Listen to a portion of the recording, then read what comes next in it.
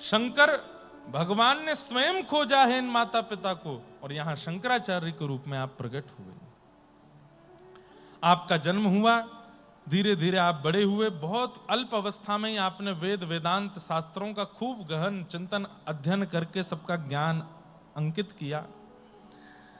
पिताजी की कम अवस्था थी जब शंकराचार्य भगवान की, तभी इनके पिता भगवत धाम को प्रस्थान कर गए। अकेले पुत्र हैं, अपनी मां के साथ रहते हैं, सुभद्रा नाम है मैया का।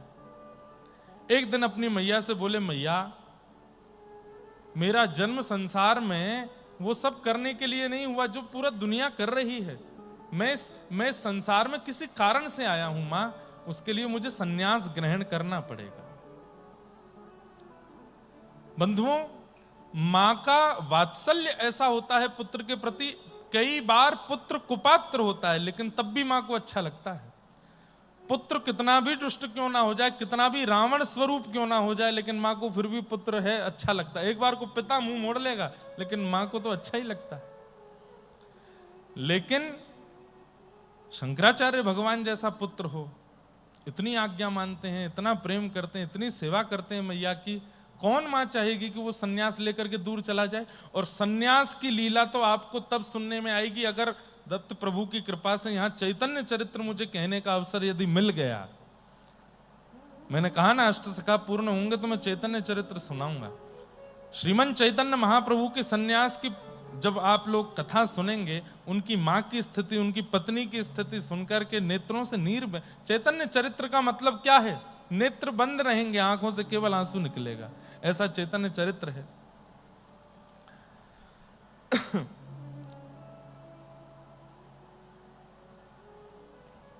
जब आएगा तब सुनाऊंगा। आज वही स्थिति हुई। यहां पर शंकराचार्य भगवान बोले कि मां मुझे सन्यास चाहिए।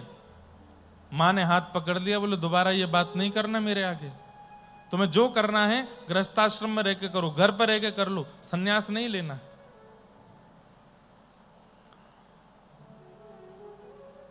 नहीं मानी मां। एक मगरमच्छ ने आकर के आपका चरण पकड़ लिया, मां ने खूब छुड़ाने का प्रयास किया लेकिन वो नहीं छोड़ा। तब उस स्थिति में शंकराचार्य भगवान बोले, मां ये मेरा पैर छोड़ देगा लेकिन उसके लिए आपको एक काम करना पड़ेगा। बोले क्या? मुझे सन्यास की आज्ञा दे दो। कैसी बात करो? वो देरी नहीं करो मां, वो खा रहा है। मां ने कहा तू जहां रहे, बस तू रहेगा, मुझे इस बात से प्रसन्नता है, मैं कहती हूं, आज्ञा देती हूं, तू सन्यास ले ले। और उसी समय वो मगर अपना मुंह खोल देता है, शंकराचार्य भगवान को छोड़ के वहां से चला जाता है। नेत्रों में आंसू भराए मां के। ये कैसी स्थिति प्रकट कराई विधाता ने?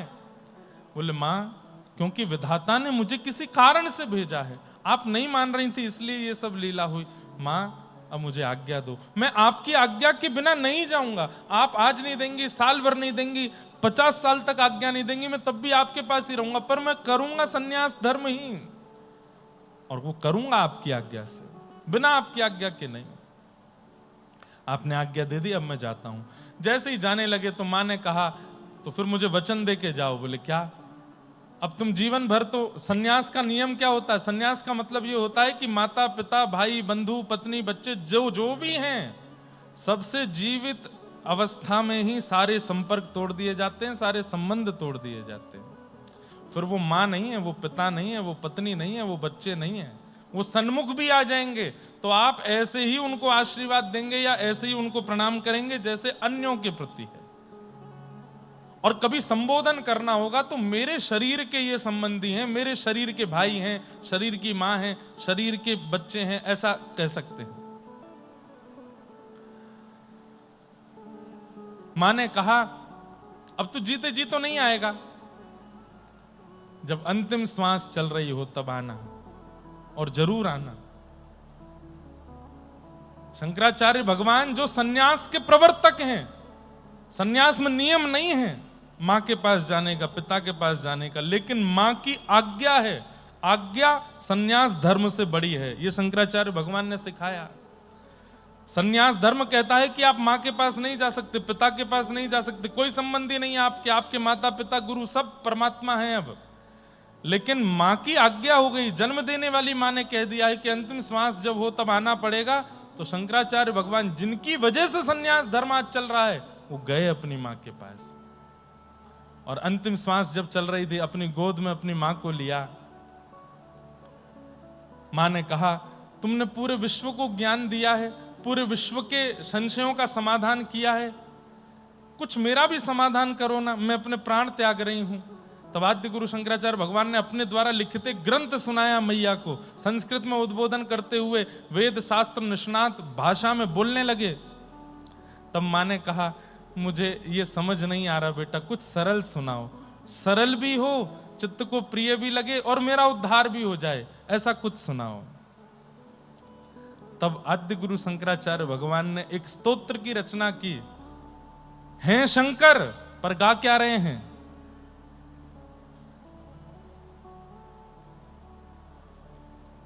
भजे ब्रजे कमंडलम समस्त पाप खंडनम सुभक्त चित्तरंजनम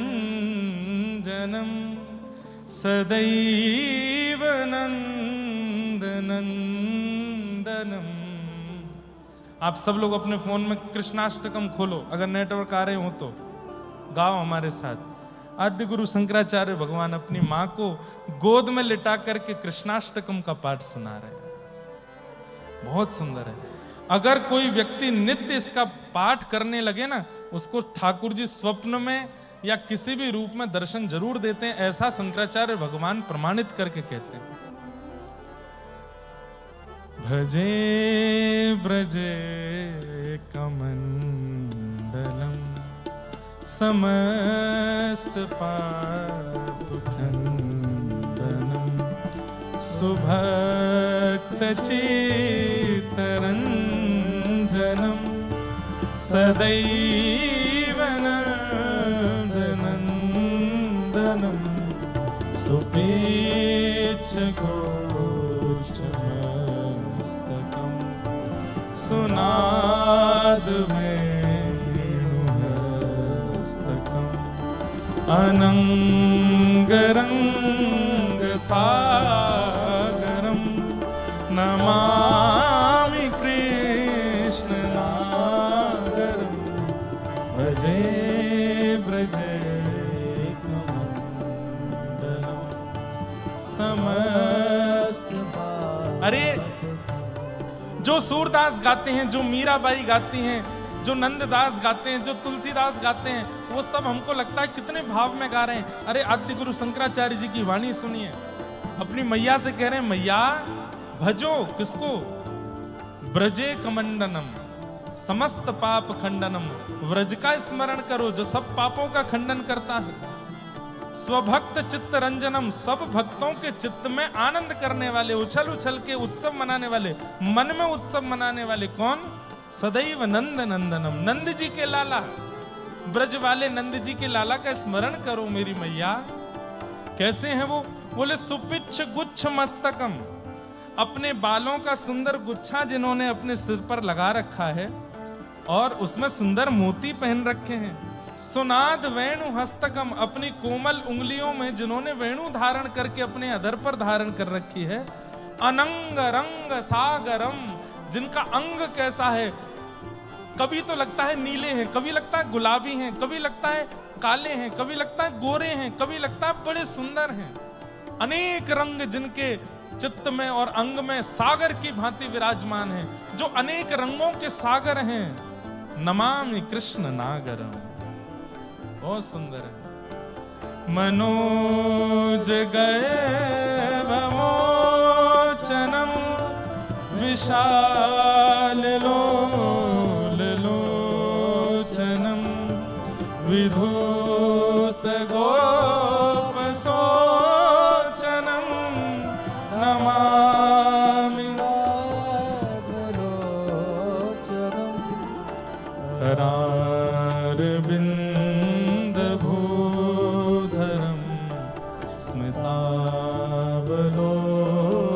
सुंदरम महेंद्र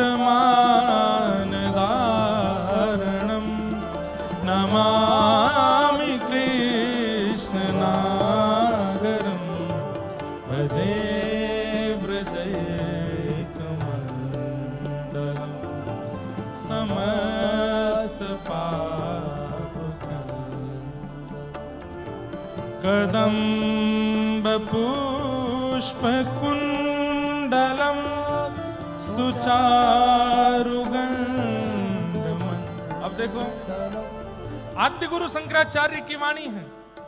बोले कदम्ब के पुष्प को जिन्होंने अपने कानों के ऊपर फंसा रखा है और वो पुष्प कभी कभी आकर के उनके सुंदर गालों का स्पर्श करता है, बार बार वो उनके गालों से छुप रहा है। मां दर्शन करो।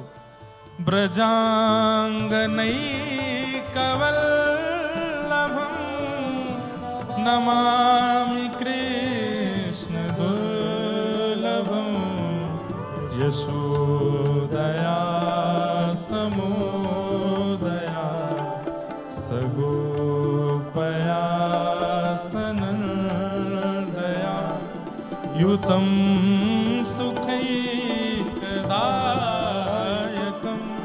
नमामि गोपनायकं भजे ब्रजैकमण्डलं समस्त पाप सदैव पाद पंकजं मदीयमानसे निजं दधानमुत्तमालकं नमामि समस्त दोष शोषणं समस्त लोक पोषणं समस्त गोपमानसं नमामि नन्दलालकं भजे ब्रजैकमण्डलं समस्त पाप भुवो भरावतारकं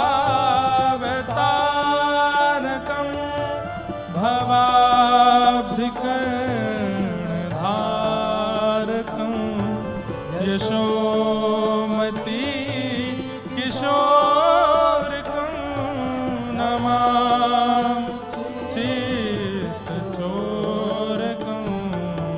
रुद्रगन्तकान्तभङ्गिनं सदा सदा संगिनं दिने दिने नवं नवं नमामि नन्दसंभवं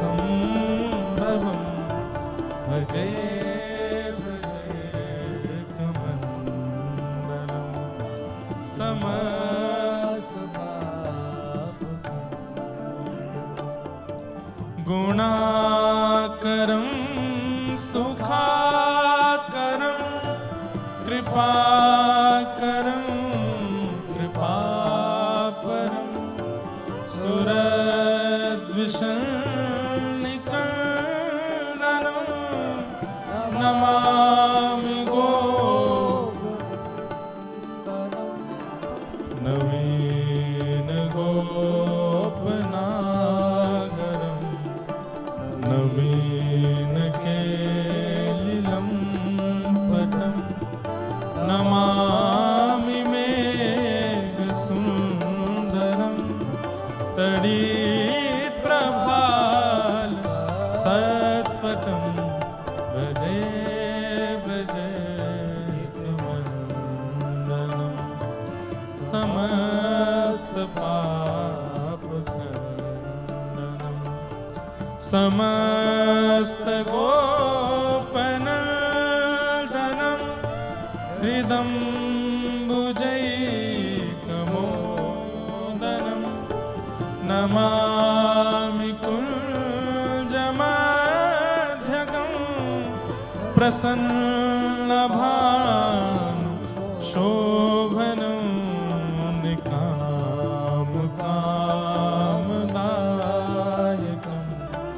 दृगन्तचारुषायकं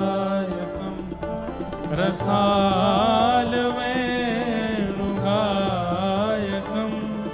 नमामि कुञ्जनायकं भजे व्रजकमण्डनं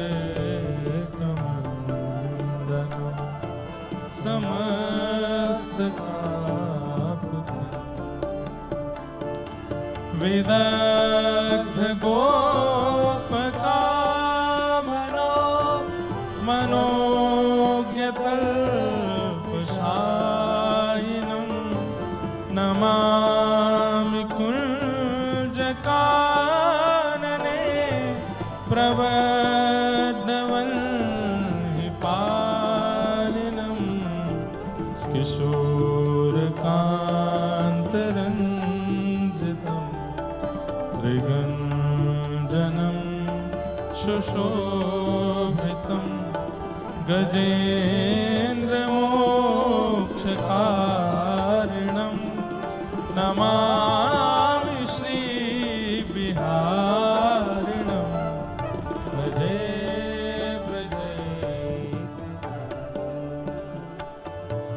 समस्त यदा तदा यथा तथा तथैव कृष्ण सत्कथा मया सदैव गीयता तथा कृपा विधीयता प्रमाणिकश्रकद्वयम् जपत्यधीत्ययः पुमान् भवेत् सनन्दनन्दने भवे भवे सुभक्तिमान् भजे व्रजकमण्डनं समस्त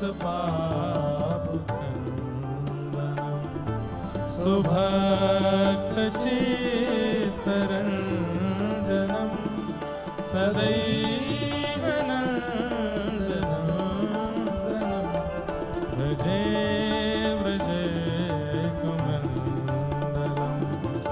समस्त पापखण्डनं भजे व्रजकमण्डनं समस्त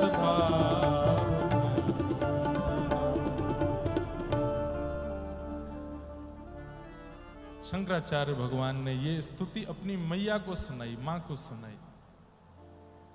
और ये सुनते सुनते सुनते सुनते अंत में पूछा, मां क्या दिख रहा है? और मां के नेत्र से अश्रु प्रकट हो गए। साक्षात बालकृष्ण प्रभु सामने क्रीड़ा करते हुए मैया को दिखाई दे रहे हैं। और उनको देखते देखते देखते देखते मां ने शंकराचार्य भगवान की गोद में ही अपने प्राण त्यागे। हैं शिव, गाते हैं वैदिक वाणी, पूरे विश्व में प्रचार कर रहे हैं वैदिक धर्म और वेद शास्त्रों का, लेकिन जब अपनी मैया का उद्धार करना है तो कृष्णाष्टकम सुना रहे। अद्भुत है बंधुओं शंकराचार्य जी, बहुत सुंदर है। आपका चरित्र खूब बड़ा है, लेकिन एक बहुत सुंदर एक ऐसी घटना सुना दें जिसको सुनकर के शंकराचार्य भगवान के प्रति और विश्वास आपका प्रगाढ़ हो जाए।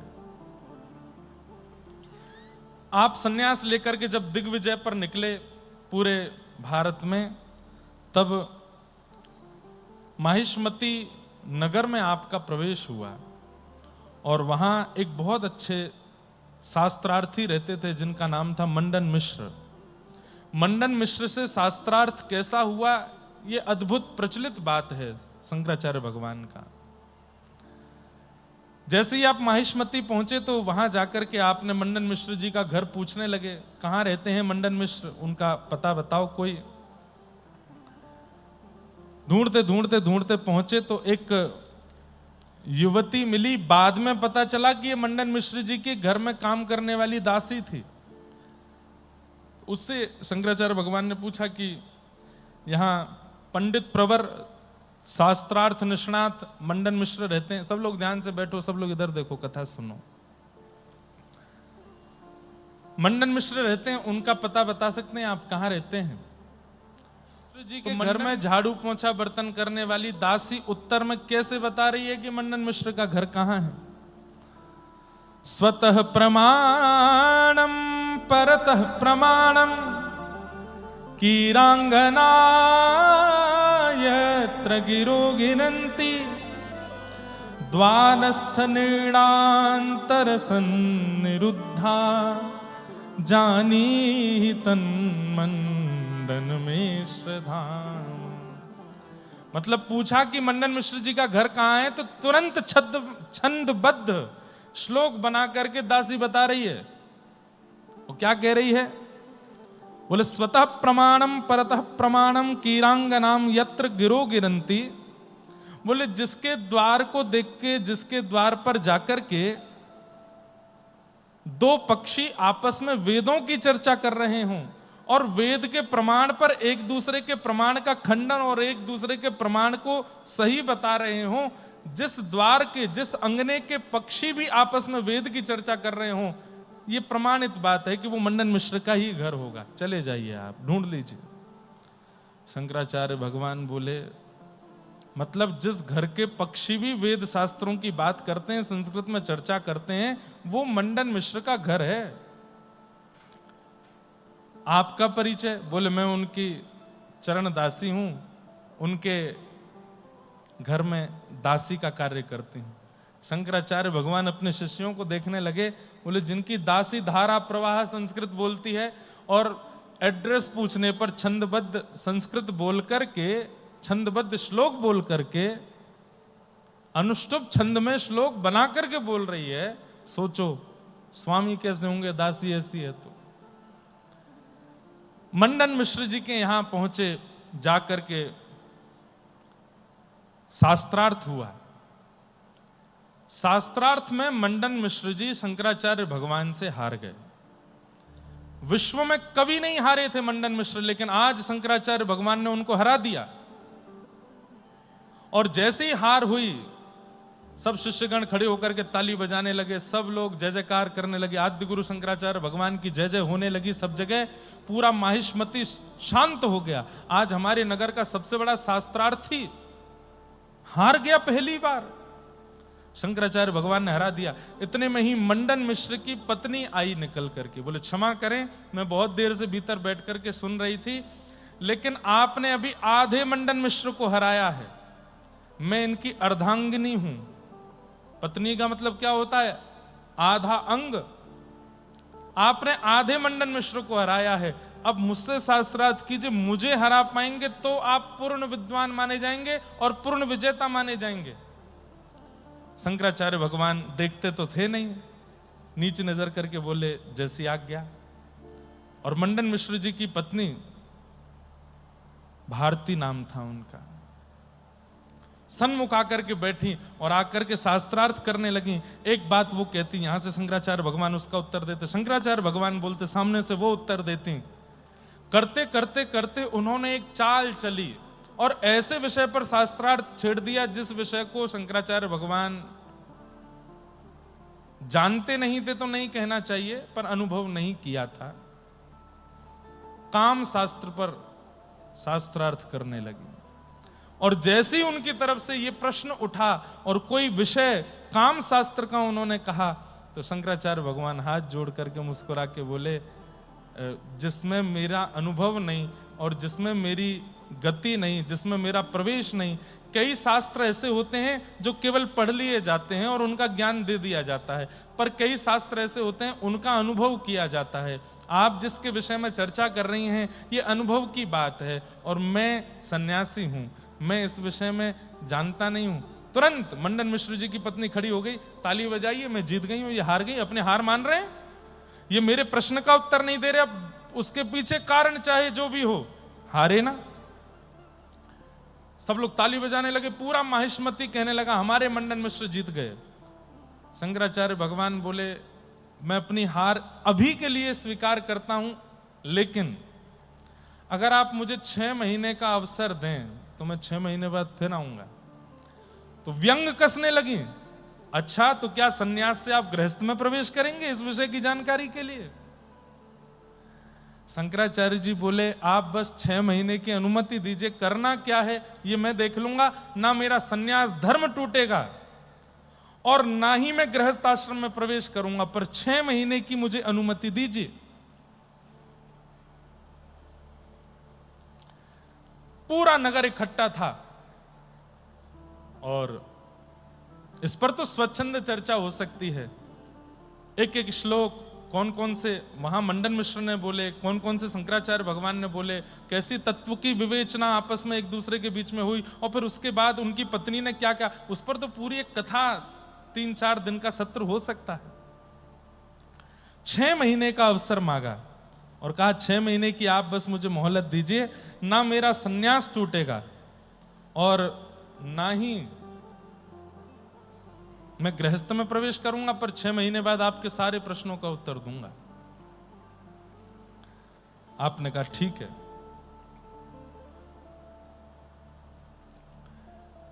छह महीने में शंकराचार्य भगवान ने क्या किया? पहले तो एक ग्रंथ की रचना की जिसका नाम था मोह मुद्गर, और अपने शिष्यों को वो ग्रंथ याद कराया। शिष्यों ने पूछा, गुरुदेव आप क्या करने वाले हैं? बोले, ये ग्रंथ याद कर लो अभी अभी जिसकी रचना की है। बोले, अब मैं अपने मंत्र बल से और अपने ज्ञान बल से, अपने ध्यान बल से शरीर का त्याग करके अपनी सूक्ष्म आत्मा को किसी गृहस्थी के अंदर प्रवेश कराऊंगा। तब एक राजा खोजा जिसके प्राण निकल चुके थे, पत्नी रो रही थी। शंकराचार्य भगवान ने कहा इसको जीवित हम कर देंगे, थोड़ी देर रुको। और वहां जाकर के अपने शिष्यों से कहा, कुछ महीने की बात है, मेरे शरीर को संभाल के रखना, मैं दोबारा लौट करके आऊंगा। मैं इस राजा, अमुक देश के राजा के शरीर में प्रवेश कर रहा हूं और वहां जाकर के ये समस्त जो मंडन मिश्र की पत्नी ने जो जो प्रश्न पूछे उन सबका उत्तर जान के आऊंगा, अनुभव करके आऊंगा। 6 महीने के अंदर यदि मैं वापस राजा के देह से ना आऊं तो जो शास्त्र मैंने तुमको याद कराया उस राजा के दरबार में जाकर के उस शास्त्र का गायन करने लगना। उसी समय उस राजा का देह छोड़ के मैं दोबारा इसी शरीर में आ जाऊंगा।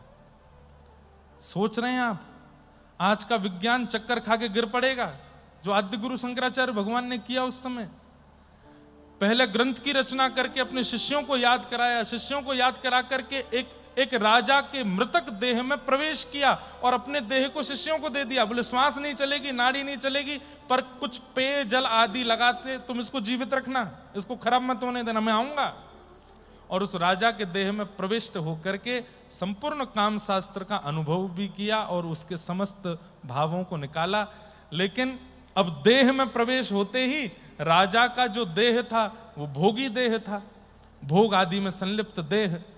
6 महीने हो गए, शिष्यों ने खूब प्रतीक्षा करी, नहीं आए गुरुदेव। तो उस अमुक राजा का परिचय दिया था, राजा के दरबार में गए और शिष्यों ने जाकर के वहां पर मोह मुद्गार नामक ग्रंथ का जब गायन किया, पहले तो वो राजा सुनता रहा, सुनते सुनते सुनते नेत्र बंद हुए, आत्मबोध होने लगा, मैं कौन हूं। मोह नष्ट करने वाला ग्रंथ है, अगर कोई उसको सुन ले, उसको पढ़ ले तो उसके चित्त में किंचित भी मोह होगा, नष्ट हो जाएगा। तुरंत पत्नी पराई लगने लगी, राज दरबार पराया लगने लगा, पुत्र पराया लगने लगा, धीरे धीरे अपना देह पराया लगने लगा, ये नश्वर शरीर है, ऐसी चित्त में स्थिति होने लगी। नेत्र बंद हुए, आत्मबोध हुआ, तब पता चला मैं तो शंकराचार्य हूं, मैं तो बोध के लिए शरीर में आया था। तुरंत उस राजा का देह त्याग करके फिर शंकराचार्य जी के रूप में प्रविष्ट हो गए। 6 महीने बाद पुनः जीवित होकर के मती राज्य में गए। सुभारती सामने बैठी है। शंकराचार्य भगवान बोले, वही प्रश्न से प्रारंभ कीजिए जो पिछली बार किया था 6 महीने पहले। बोली, आप तो देह त्याग दिए थे, कहां गए, कैसे क्या करे? बोले, वो सब बात का विषय, पहले शास्त्रार्थ पूरा करो।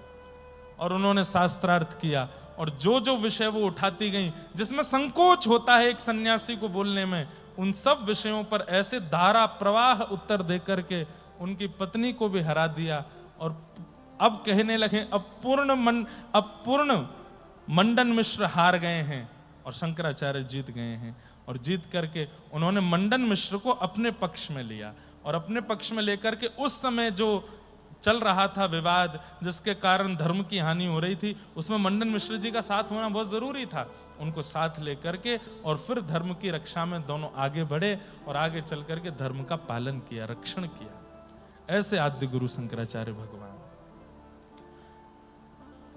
धर्म बचे, शास्त्र बचे, वेद बचे, गौ बचे, तीर्थ बचे, इसके लिए शंकराचार्य भगवान पधारे। और आज हम लोगों ने उनकी बचाई हुई समस्त स्थितियों का पुनः नाश करना प्रारंभ कर दिया है। आज का दिन इसलिए महत्वपूर्ण है कि आज का दिन स्मरण करके, आद्य गुरु शंकराचार्य भगवान को स्मरण करके कम से कम हम ये याद रखें कि शंकर ही शंकराचार्य जी के रूप में आकर के कितना परिवर्तन करके गए इस संसार में, और हमने क्या कर दिया उसी धर्म का, हम कैसा रूप बनाते जा रहे हैं। जो वैदिक आपको दत्त धाम में दिख रहे हैं, ऐसे वैदिक आपको भारत में ढूंढने पर नहीं मिलेंगे। और इसी वैदिक कर्म की रक्षा कर रहे थे शंकराचार्य भगवान, क्योंकि वे जानते थे कि भारत देश को आधुनिकता नहीं चला सकती। भारत विश्व गुरु को ये वेस्टर्न कल्चर नहीं चला सकता। ये अगर भारत में आया तो इसका बंटाधार कर देगा। इसलिए वैदिक बचे, वेद बचे, गौ बचे, गोवी ही विप्रैश्च वेदैश्च सती भी सत्यवाद भी अलुब्धा दानशीलश्च सप्तैते धार्यते मही। सातों का रक्षण होना बहुत जरूरी है। कौन कौन? गोवी ही गाय, गोवी ही विप्रैश्च विप्र, वेदैश्च वेद, गोवी ही विप्रैश्च वेदैश्च सती भी पतिव्रता नारी, सत्यवाद भी सत्य बोलने वाला, अलुब्धा लोभ रहित व्यक्ति, दानशीलश्च दान करने वाला। ये सात यदि बचेंगे तो भारत विश्व गुरु बन सकता है, नहीं तो भारत फिर से नष्ट हो जाएगा। इन सातों के रक्षण के लिए आद्य गुरु शंकराचार्य आए, और आज ये सातों ही खतरे में हैं भारत में। गाय भी खतरे में है, विप्र भी खतरे में है, वेद भी खतरे में है, पतिव्रता नारियां भी खतरे में है, सत्य बोलने वाले लोभ रहित व्यक्ति सब खतरे में। आज का दिन उत्सव मनाने का नहीं है, आज का दिन चिंतन करने का है कि जिन शंकराचार्य भगवान ने हमारी इतनी रक्षण किए, उत्तर को भारत से जोड़ा, उत्तर को दक्षिण से जोड़ा, पूर्व को पश्चिम से जोड़ा, पूरे भारत को एकजुट करने का प्रयास किया जिन शंकराचार्य भगवान ने। आज उनकी जन्म तिथि है। यहां अगर मना रहे हैं दत्त धाम में, तो आपको उत्सव मनाने का अधिकार है, क्योंकि यहां इन सातों की रक्षा हो रही है। दत्त धाम में चारों तरफ देखने पर क्या मिलेगा? गौ रक्षण, विप्र रक्षण, वेद रक्षण, पतिव्रता नारियों का रक्षण, सत्य बोलने वालों का रक्षण। क्यों? लोग इतना झूठ बोलते हैं, इसलिए यहां नियम ही बना दिया, मौनमास्ताम, मौन रहो। मौन रहोगे तो झूठ बोले ही नहीं पाओगे। सत्य रक्षण हो रहा है कि नहीं? अलुब्धा लोभ रहित व्यक्ति, यहां किसी से दान पुण्य नहीं लिया जाता। कितनी बार, 3 बार कथा हो चुकी, कितने बड़े बड़े लोग आकर के कह चुके महाराज जी हम कुछ दे दें। मैंने कितनी बार हमारे मंदार जी से और भी मैंने की कुछ सेवा, बोले महाराज जी का स्पष्ट मना ही है, दत्त धाम में कोई सेवा नहीं कर सकते। दत्त प्रभु के द्वारा चुने गए जो कुछ परिवार हैं, उनके अलावा किसी से भी सेवा लेने का हमको आज्ञा नहीं है। अभी शनिवार रविवार आएगा, अभी इतनी संख्या में है, कितनी भीड़ बढ़ जाएगी, कितने लोग प्रसाद पाएंगे। और जो लोग यहाँ पूरे 15 दिन रुकने वाले हैं, पूर्णिमा भी आएगी कथा के बीच में, पूर्णिमा आएगी ना, पूर्णिमा के दिन दत्त प्रभु का उत्सव होगा, उस दिन देखना कितनी भीड़ आएगी। आसपास के ग्रामीण सब लोग आएंगे, सबके लिए प्रसाद बनता है, वही इक्वल प्रसाद सब लोग पाते हैं, फ्री में नहीं होता। गृहस्थी दिन रात कमाने वाले एक भंडारा करने में तो उनकी कमर टूट जाती है। यहां नित्य भंडारा चल रहा है, जितनी बार आ जाओ, जो आओ पाओ। और लेने के नाम पर कोई दान पेटी नहीं, कोई QR कोड नहीं, कोई कुछ नहीं। अलुब्धा लोभ रहित बना रहे। सातों का रक्षण जिनके लिए आद्य गुरु शंकराचार्य भगवान, महाभारत, भगवान श्री कृष्ण कह करके गए थे कि भारत का रक्षण तभी होगा ये सात बचेंगे, उन सातों का रक्षण यहां हो रहा है। भगवान करे कि दत्त धाम से एक संक्रमण की तरह, मैं शब्द हो सकता है मेरा गलत हो पर कोई दिक्कत नहीं है, संक्रमण की तरह ये वेद रक्षण, विप्र रक्षण, गौ रक्षण, लोभ रहित व्यक्तियों का रक्षण और सती भी, सत्यवाद वियों का रक्षण, ये जो नियम यहाँ के हैं वो संक्रमण की तरह फैल जाएं और पूरे भारत एक दिन दत्त धाम जैसा ही हो जाए। महाराज जी, अब तो लोग बाग हमको जानने लग गए, नहीं तो पहले हम धोती बगलबंदी पहन के फ्लाइट में घुसते थे तो एयर होस्टेस को लगता था कोई एलियन आ गया है। ये कौन है? तिलक लगाए, बगलबंदी धोती पहने, मतलब जब छोटा था तो मुझे इतनी शर्म आ जाती थी कई बार कि लोग ऐसे क्यों देखते हैं। हमारे माथे पर तिलक और पीछे शिखा देख करके लोगों को यह लगता था कि मतलब इनको जीने का अधिकार ही नहीं है, जी क्यों रहे हैं। भारत में रहकर के ये हो रहा था, पर धीरे धीरे अब थोड़ा परिवर्तन हुआ है, धीरे धीरे अब थोड़ा, या फिर ऐसा कह लो हमको लोग जान गए इसलिए हमको अनुभव नहीं होता, जिनको लोग नहीं जानते शायद उनके साथ यही व्यवहार भी होता है आज भी। दत्त धाम में सिले हुए वस्त्र पहन करके भाई लोग नहीं रहते, नीचे धोती ऊपर उपरना। आज से 500 वर्ष नहीं, 250, 300, 400 साल पहले भी भारतीय ऐसे ही रहते थे, नीचे धोती ऊपर उपरना, खूब सारे गहने पहनते थे, सुंदर पाग पहनते थे, सब पहन करके घूमते थे बढ़िया। आज टी शर्ट पहनते हैं, शर्ट पहनते हैं, पैंट पहनते हैं। हमने तो छोड़ दिए, 10 साल हो गए, हमने तो छुआ भी नहीं है, पहनते ही नहीं, पैंट वगैरह नहीं पहनते और पहन के रह भी नहीं सकते। अब मैं टी शर्ट जीन्स पहन के कथा करने आ जाऊं, कितना अटपटा लगेगा। दिगंबरा दिगंबरा श्रीपाद वल्लभ दिगंबरा, गा रहे हैं दिगंबर और पहन रखे हैं सबरे अंबर। दिगंबर मतलब क्या है? आकाश ही जिनके वस्त्र हैं उनको दिगंबर कहते हैं। अंबर ही जिसके तन को ढकता हो, ऐसे अवधूत श्री दत्त भगवान, उनको दिगंबर कहते हैं। और वाणी का प्रभाव नष्ट हो जाएगा। मैं जीन्स पहन करके, पैंट पहन के यहां प्रवचन करने लग जाऊं, व्यासपीठ पे तो बैठूंगा ही नहीं, खड़े होकर मेरी बात समझ नहीं आएगी आपको, और 15-20 मिनट आ भी गई अगर लच्छेदार कुछ बातें लटका झटके वाली बोल भी दी, आधा घंटे बाद लगेगा बस करो भैया, अब पच नहीं रही है बात। ये वाणी में भी जो विश्वास प्रकट आपके चित्त में हो रहा है ना, ये भी आवरण की वजह से हो रहा है। और यहां तो दत्त धाम में तो वस्त्र भी अद्भुत हैं। व्यास मतलब हम जो वस्त्र पहन के आते हैं ये महाराज जी देते हैं रोज। ये वस्त्र पहले आएंगे, गोदावरी जी में धुलेंगे, गोदावरी जी के जल से धुल करके सूखेंगे, फिर तय बन के हमारे पास आएंगे। अपरस में हम इन वस्त्रों को पहन के फिर कथा सुनाने आते हैं। वस्त्र का कितना बड़ा रोल है आपके जीवन में। अब जैसे दत्त धाम में लोग रहते हैं, दत्त धाम के लोग एक बार खुले बंबई के मरीन ड्राइव पे घूम तो आओ, पूरे बंबई के लोग ऐसे देखेंगे, ये क्या हो गया, ये क्या हो गया, ये क्या पहन के घूम रहे हैं सब, ये कौन से वस्त्र कहलाते हैं। अरे ये हमारे भारतीय वस्त्र हैं, ये हमारी पहचान है, ये हमारी पुरातन स्थिति है। अब जो लोग पहन रहे हैं वो तो अंग्रेज दे करके गए हैं। स्वतंत्रता दिवस पर झंडा फहराने का अधिकार उनको है जो धोती पहनते हैं। स्वतंत्रता दिवस मनाने का अधिकार उनको है जो तिलक उर्दपुंड लगाते हैं, शिखा धारण करते हैं, धोती पहनते हैं, गले में कंठी या रुद्राक्ष धारण करते हैं। वो स्वतंत्र हैं क्योंकि उन्होंने परतंत्र अंग्रेजों का कुछ भी स्वीकार नहीं किया। हम स्वतंत्र हैं। कई लोग दत्त धाम आने के बाद भी टी शर्ट नहीं छोड़ रहे हैं, पैंट नहीं छोड़ रहे हैं, गलत है।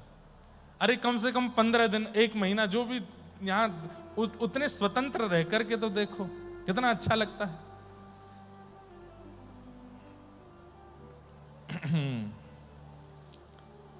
हम जो कथा में बगलबंदी भी पहनते हैं ना, वो भी कोई सिला हुआ वस्त्र नहीं, पर हाँ उसमें थोड़ा सिलाई होती है। बाकी बगलबंदी भी एक उपरना ही है, बस उसमें तनी बना दी है बांधने की। ऐसे यहां बांधो यहां बांधो, है वो खुला हुआ ही। सिर के ऊपर से पहनने वाला और पैर डाल करके पहनने वाली जो भी वस्त्र हैं उनको भारतीय वस्त्र नहीं माना जाता। भारतीय वस्त्र तो कमर से पहना जाएगा, अंग के ऊपर से धारण किया जाएगा, सिर के ऊपर से धारण नहीं होता, या पैर उठा करके डाल करके धारण नहीं होता। वो भारतीय वस्त्र नहीं है। पजामा लोग सोचते हैं ये भारतीय, ना, पजामा हमारे पड़ोसियों का है, समझ गए, उनका है, हमारी तो धोती है। हमारे यहां तो सब धारण किया, उसकी अपनी एक परंपरा। अब ज्यादा काय को डांटूं आपको। चलो, इस प्रकार शंकराचार्य भगवान को हम प्रणाम करते हैं और प्रणाम करके बस उनसे प्रार्थना करते हैं, हे शंकराचार्य भगवान, आप जिस कार्य के लिए पृथ्वी पर आए वो कार्य करने में हमको सामर्थ्य प्राप्त हो, ऐसी कृपा करो। वो कार्य यहाँ तो हो रहा है। महाराज जी 2-3 दिन से मेरे मन में बहुत आ रहा था, आज शंकराचार्य जी का जन्मोत्सव है। गोस्वामी तुलसीदास जी महाराज ने महादेव की एक बहुत सुंदर स्तुति गाई है। आज वो स्तुति गाकर के शंकराचार्य जी का चरित्र हम विश्राम करते हैं और कृष्णदास जी का चरित्र प्रारंभ करेंगे, क्योंकि त्र्यंबक भगवान की भी ये भूमि है और शंकराचार्य भगवान का आज प्रादुर्भाव है। और सामने भी जो दत्त प्रभु यहाँ विराजमान हैं वो शिव प्रमुख दत्त हैं। इसलिए आइए शंकर जी को हम लोग प्रणाम करें।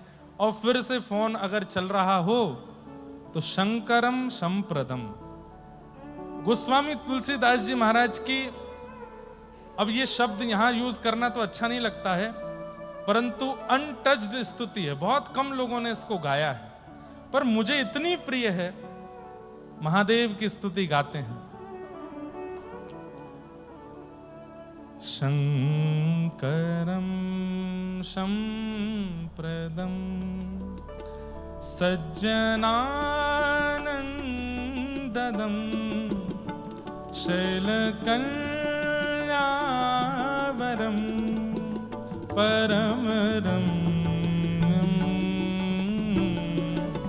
शंकरम संप्रदम सज्जनानंददम शैलकल्यावरम परमरम्यम शंकरम संप्रदम सज्जनानंददम शैलकल्यावरम परमरम्यम शंकरम संप्रदम सज्जनानंददम।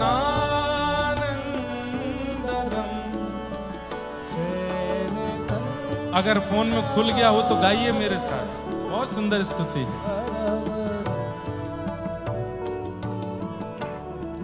काम मद मोचनम ताम्रस लोचनम वामदेवं भजे भावगम्यम शंकरम संप्रदम सज्जनानंददम शैलकल्यावरम परमरम्यम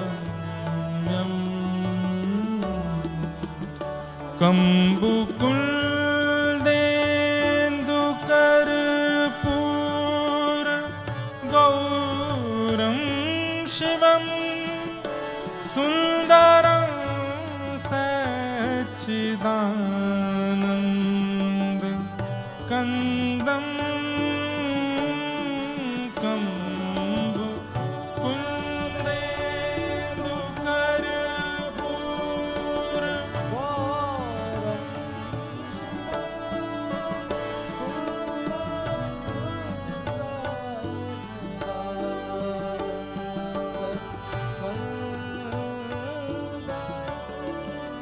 सिद्ध सनकादि योगेंद्र वृंदारका विष्णु विधि वंद्य चरणार विंदम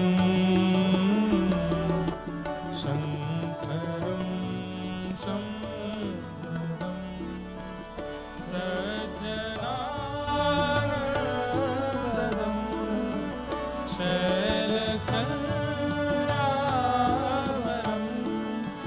परमरम। देवादिदेव महादेव शंकर भगवान की।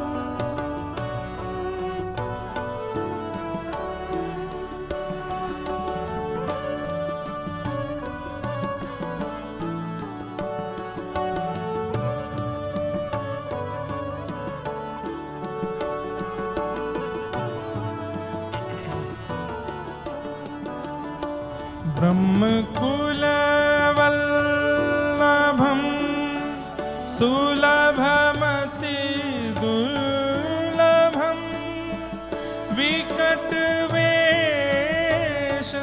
विभुं वेदपारं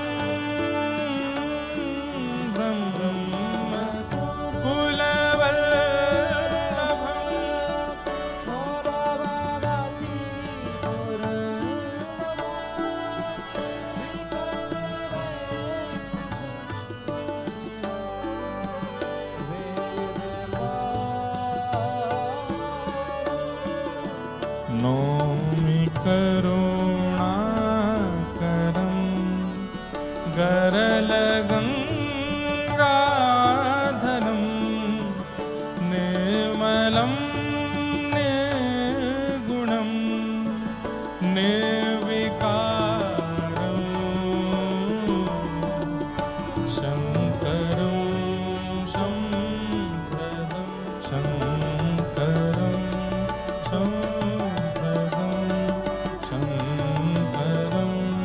शम्प्रदं।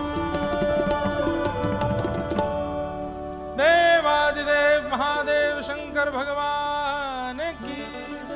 आद्य गुरु शंकराचार्य भगवान की। नमः पार्वती पतये हर हर।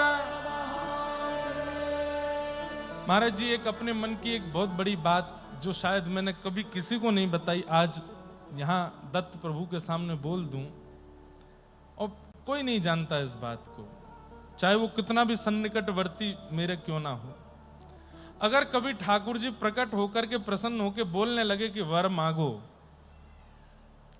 तो हम दो लोगों के दर्शन की वरदान मांगेंगे ठाकुर जी से। पहले तो उनको ही देख लेंगे, खूब जोर से निहार के, सब जगह से ढूंढ धाड़ के ठाकुर जी को खूब नेत्रों में बसा के, और फिर ठाकुर जी से हमको दो लोगों के दर्शन का वरदान चाहिए।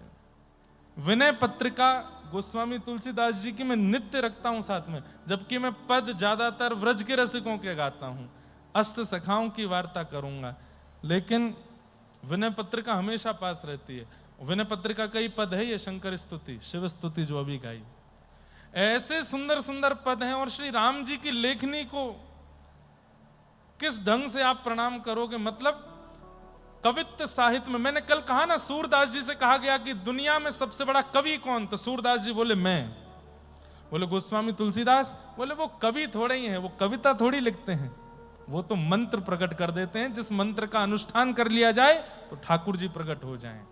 तुलसीदास तो मंत्र लिखते हैं। और भक्तिमती मीराबाई, प्रेम की ऐसी अवस्था शायद कोई नहीं गा पाया जैसी मीराबाई ने गाई है। पत्तियां मैं कैसे लिखूं। किसी ने कहा मीराबाई तुमको ठाकुर जी की बहुत याद आती है, पत्र लिखा करो। तो मीराबाई कहती हैं पत्तियां मैं कैसे लिखूं, लिखी ही न जाए। पत्तियां मैं कैसे लिखूं, लिखी न जाए। कलम धरत मेरो कर कांपत है, कलम धरत मेरो कर कांपत है। नैन रहे हैं झराए, ओ नैन रहे झराए। बंधुओं, गोस्वामी तुलसीदास जी ऐसे शब्द लिखते हैं कि उस शब्द को सुनकर के मन झंकृत हो जाता है। पर मीराबाई शब्द नहीं लिखती, कविता नहीं लिखती है मीराबाई। मीराबाई तो अपना विरह लिखती हैं। वो शब्द किसी को प्रभावित करने वाले नहीं लिखती हैं। मीराबाई के तो बड़े सामान्य शब्द हैं, पर मीराबाई के शब्दों में पता चल जाता है कि प्रेम कितना गहरा है। मीराबाई कह रही हैं मैं कैसे पत्र लिखूं। बोले क्यों? कलम धरत मेरो कर कांपत है। मैं लिखने बैठती हूं तो मेरे हाथ इतने कांपते हैं कि मैं लिख नहीं पाती, और जैसे तैसे दूसरे हाथ से अपने हाथ को पकड़ के लिख भी लेती हूं तो वो अपना ही पत्र पढ़ के इतना रोना आता है कि उन आंसुओं के जल से पूरा पत्र धुल जाता है। पत्तियां मैं कैसे लिखूं, लिखी ही न जाए। पत्तियां कैसे लिखूं, लिखी। आपसे भी निवेदन करूं बंधुओं, ठाकुर जी मिल जाएंगे। अगर आपकी भक्ति से प्रसन्न होके, प्रेम से प्रसन्न होके ठाकुर जी आपको मिल जाएं, मेरे कहे से ये भूल मत कर बैठिएगा कि उनको देख करके बस कह दो बस अब सब मिल गया, अब कुछ नहीं चाहिए ना। ठाकुर जी मिल जाए तो उनको पकड़ के कहना एक वरदान दे जाओ। बोले क्या? जो भक्त आपको प्रिय लगते हो, जैसे मुझे गोस्वामी तुलसीदास जी और भक्तिमती मीराबाई, इन दो के दर्शन की बड़ी अभिलाषा है। ऐसे ही ठाकुर जी से उनके किसी जन के दर्शन की इच्छा कर लीजिएगा।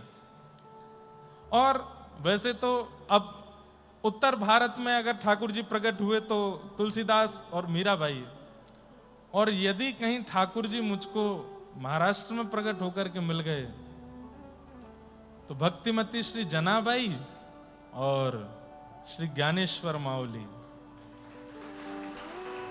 कल पूज्य महाराज जी ने रात्रि में एक बहुत सुंदर बात कही कि ज्ञानेश्वर माउली कहीं गए थोड़ी हैं, वो आज भी हैं। बरवाहो हरि बरवाहो, वो हो है कि वो है, ये अभंग है ज्ञानेश्वर माउली का। बरवाहो हरि बरवाहो, गोविंद गोपाल गुण गरवाहो, गोविंद गोपाल गुण गरवाहो, बरवाहो हरि बरवाहो। इसका अर्थ गुरुजी हमको थोड़ा सा पता, बरवा मतलब सुंदर है, बरवाहो हरि बरवाहो मतलब आप बहुत सुंदर हो। गोविंद गोपाल गुण गरवाहो मतलब गोविंद गोपाल के गुण गर्व है। अच्छा, श्रवण मंगलम श्रीमदा, सुनने में बहुत अच्छे हैं। श्री ज्ञानेश्वर माउली का पद है। बरवाहो हरि बरवाहो, बहुत सुंदर है। ऐसे ज्ञानेश्वर जी महाराज और श्री जनाबाई, जनाबाई का प्रेम भी बहुत अद्भुत है। महाराष्ट्र में तो भाई सब एक से बढ़ के एक हैं। जनाबाई देख लो, सक्कू बाई देखो, नामदेव जी महाराज, तुकाराम जी महाराज, गौरवबा काका। और कल हमारे कृष्णा जी रात में जिनका चोखा मेला, जिनका सुंदर वो सुना रहे थे अभंग, चोखा मेला जी, आज भी मैंने तो सुना है पंडरीनाथ भगवान आज भी उनके गांव जाते हैं। एक दिन साल में पालकी पे बैठ के उनके गांव जाते हैं, क्योंकि पुजारियों ने अंदर प्रवेश करने से मना कर दिया था। वो सामग्री लेके आए तो बोले तेरे हाथ का थोड़ी पाएंगे पंडरीनाथ, वापस लौटा दिया। तो रात्रि में पंडरीनाथ भगवान गए और चोखा मेला जी बेचारे दीनहीन बड़े, और चोखा मेला जी का चरित्र भी बहुत सुंदर है। इनको ये मां के गर्भ से नहीं जन्मे थे, इनके जो माता पिता थे वो ठाकुर जी से पुत्र रत्न की प्राप्ति के लिए ही याचना करने जा रहे थे, आम लेकर के जा रहे थे। तो बीच रास्ते में ही ठाकुर जी एक अन्य संत का रूप धारण करके आए और कहा हमें बहुत तेज भूख लगी है, कुछ हो तो दो। तो संत मिले तो कुछ देना चाहिए, तो वो कुछ 4-5 आम बचा लिए, बाकी के आम संत को दे दिए। बोले अब यही है, बाकी विठोबा को भोग के लिए ले जा रहे हैं। उन संत ने जल्दी जल्दी आम चौंक करके जो बची हुई गुठली थी वो वापस उन्हीं आमों के साथ डाल दी। तो दोनों दंपति ने सोचा अब तो ये झूठे हो गए, अब ये विठोबा को क्या भोग लगाएं। बोले नहीं, इसमें कुछ नीचे रखें, उसको हम लोग पालेंगे। आप दोनों लेकर के चलने लगे। थोड़ी देर में वो इतना भारी हो गया, उनकी माँ ने सोचा इसमें क्या है, खोल के देखा तो छोटा सा उसमें बालक था। तो जिनको ठाकुर जी ने स्वयं आम चौक करके प्रदान किया, ऐसे चोखा मेला, और वो ऐसे बालक आए। माता पिता ने सोचा पता नहीं संसार समाज के लोगों को क्या उत्तर देंगे, उनको वहीं छोड़ दिया। फिर बाद में चोखा मेला जी किसी ऐसे थे, तो वो विप्रकुल के मतलब माता पिता, लेकिन फिर बाद में उनको कोई अन्य जाति के लोग ले गए।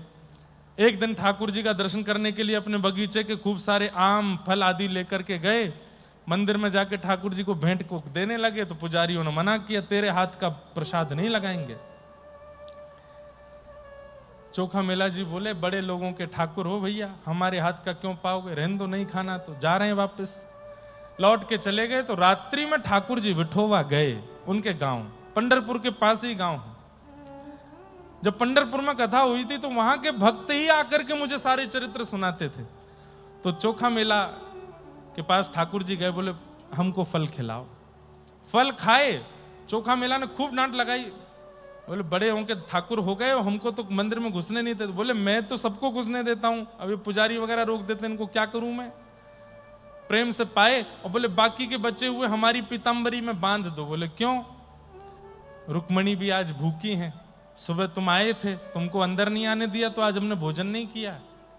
आज सुबह से मैं और रुक्मणी जी दोनों भूखे हैं, मैंने तो पा लिया, बाकी का बांध के ले जाता हूं, रुक्मणी को खिला देंगे। बांध के ले गए ठाकुर जी। रुक्मणी जी सुबह से भूखी बैठी हैं, ठाकुर जी लेके आए चोखा मेला के बगीचे के आम आदि जो भी फल थे दिए। रुक्मणी जी ने प्रेम से पाए, छिलके गर्भगृह में ही छोड़ दिए। प्रातः काल जैसे गर्भगृह का द्वार खुला, भीतर छिलके देखे तो पुजारियों ने सोच, उनके मन में आया ये कल वो आया था, उसी ने जिद करके कैसे भी मंदिर में प्रवेश करके झूठा कर दिया पूरे मंदिर को। घर जाकर के उनको पीटने लगे, वहीं से चिल्लाए विठोबा मैंने तो कुछ नहीं किया, ये मुझे क्यों मार रहे हैं यहां आकर के। लौट करके जब पुजारी जन गए तो ठाकुर जी ने अपने द्वार बंद कर लिए। बोले मेरे भक्त को क्यों मारा, अरे तुम लोग इतनी बुद्धि विवेक का कभी चिंतन नहीं करते, मंदिर का ताला लगा है, सब कुछ इतना बंद करके गए हो, हमको सील पैक करके जाते हो मंदिर में, सील खुली नहीं, ताला खुला नहीं तो छिलका अंदर कैसे आ गए। यही क्यों सोचते हो कि कोई बाहर से अंदर आया हो, ये कभी तुम्हारे मन में क्यों नहीं होता कि ये चैतन्य परमात्मा भी तो बाहर जा सकता है, बाहर जाके लीला करके आ सकता है। मेरी पालकी लेके जाओ और चोखा को बैठा के नाचते गाते हुए रंग उड़ाते हुए लेके आओगे तो द्वार खोलूंगा, नहीं तो नहीं खोलूंगा। तब चोखा मेला जी बैठ करके आए पालकी पर और पंढरीनाथ इतने प्रसन्न नेत्रों में अश्रु भर आए, बहुत प्रेमी हैं। तो पंढरपुर यहाँ महाराष्ट्र के भी कई भक्त हैं, उनके भी दर्शन की इच्छा। अब सुनो, ये पक्षपात क्यों करें कि इनके करेंगे उनके करेंगे। ठाकुर जी अगर मिल गए तो ठाकुर जी से कहेंगे आप मिल गए, बड़ी कृपा आपकी, अब बस एक वरदान दे दो। बोले क्या, आपके हृदय के समस्त प्रेमी भक्तों का हमको एक एक बार दर्शन करा दो, बस अब महाराष्ट्र से लेके कर्नाटक से लेके उत्तर भारत तक सब भक्तों के दर्शन करने हैं और उन भक्तों को प्रणाम करके केवल उनसे यही मांगना है, जो आपका चित्त में प्रेम है ठाकुर जी के प्रति वो हमें दे दो, हम पर भी उसके कुछ बिंदु डाल दो। सब मन के भाव हैं, प्रणाम करते हैं। और आज भक्तराज श्री कृष्णदास जी का चरित्र हम थोड़ा सा प्रारंभ कर देते हैं और उसके बाद उनके पावन चरित्र पर और विशेष चर्चा हम लोग कल के सत्र में करेंगे। अभी कृष्णदास जी का चरित्र प्रारंभ करते हैं।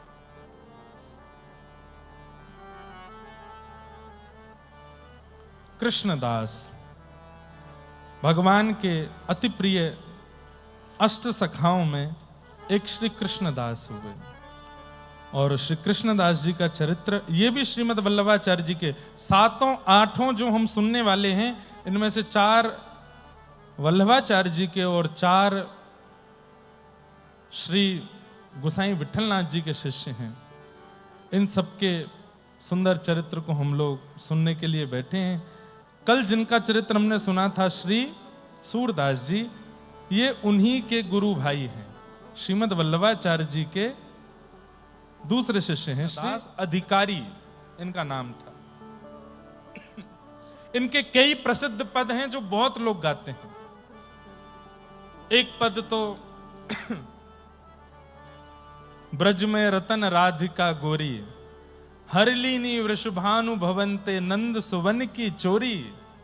ब्रज में रतन राधिका गोरी, कुंज निकुंजन विहरत दो, और यमुना जल खोरी। व्रज में रतन राधिका गोरी, कृष्णदास प्रभु गिरधर नागर, कृष्णदास प्रभु गिरधर नागर, नागर नवल किशोरी। व्रज में रतन राधिका गोरी। ऐसे श्री कृष्णदास जी, एक इनका बहुत सुंदर पद में कभी कभी कथा में गाता हूं, मेरो मन गिरधर छवि पे अटक्यो, ललित त्रिभंग चाल पे चल के, चुबुक चारु गढ़ ठटक्यो, मेरो मन गिरधर छवि पे अटक्यो। ऐसे आपके कई पद हैं। आइए उनके पावन चरित्र में हम लोग प्रवेश करते हैं। बोलो भक्तवत्सल भगवान की। सो कृष्णदास जी का जो चरित्र है वो ऐसा है कि आपका जन्म महाराष्ट्र गुजरात की भूमि पर हुआ। अहमदाबाद के पास में आपका गांव था जहां पर आपका प्रादुर्भाव हुआ। आपके पिताजी जो थे वो न्यायाधीश थे, न्यायालय में बैठकर के न्याय करते थे, लेकिन स्वभाव से विचार से खुद इतने ज्यादा भ्रष्ट हो चुके थे कि चोरों का संग, क्योंकि वहां से धन मिल जाएगा, इनका पक्ष में निर्णय दे देंगे तो ये हमारी सहायता कर देंगे, इस प्रकार से आपका कपट में जीवन था। और कृष्णदास जी को ये अच्छे से पता थी बात। बंजारे लोग गांव से निकल रहे थे, आपको पता चला, इनके पिताजी को, कृष्णदास जी के पिताजी को, बंजारे जानते हैं जो भ्रमण करते रहते हैं, गांव से निकल रहे थे तो चोरों को नहीं पता चला कि बंजारे जा रहे हैं, इनको पता चल गया ये न्यायाधीश हैं।